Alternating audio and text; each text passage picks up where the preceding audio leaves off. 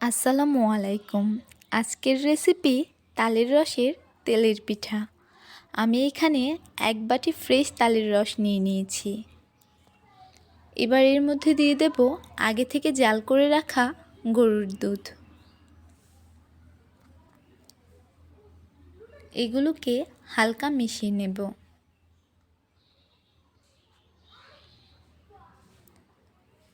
এবার এর মধ্যে দিয়ে দেব চিনি। যে যতটুকু মিষ্টি খেতে পছন্দ করেন ততটুকু চিনি অ্যাড করবেন। চিনিটা দিয়ে দেওয়ার পর খুব ভালো করে মিশিয়ে নেব যাতে করে চিনিটা গলে যায়। এবার এর মধ্যে দিয়ে দেব স্বাদমতো লবণ, দিয়ে দেব বেকিং পাউডার,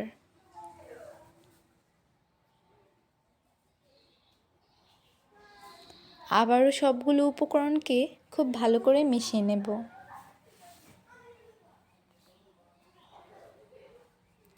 এবার এর মধ্যে দিয়ে দেব চালের গুঁড়ি। আপনারা চাইলে ময়দা দিয়েও পিঠাটি তৈরি করতে পারেন। আমি এখানে চালের গুঁড়ি দিয়ে তৈরি করছি।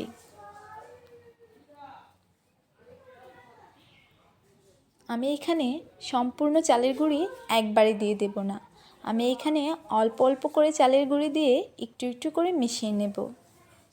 তাতে করে ব্যাটারটা পারফেক্ট হবে।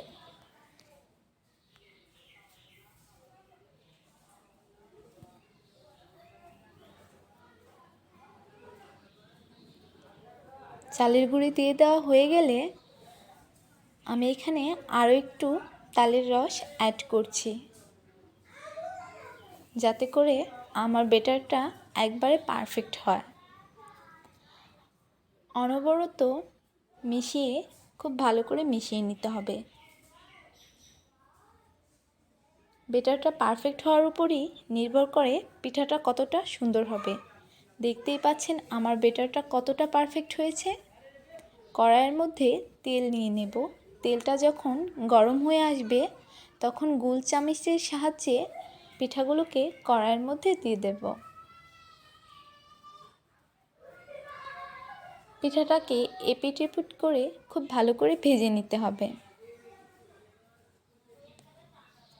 পিঠাগুলো ভাজার সময় খেয়াল রাখতে হবে পিঠাগুলো যাতে পুড়ে না যায়। পুড়ে গেলে পিঠার স্বাদ নষ্ট হয়ে যাবে।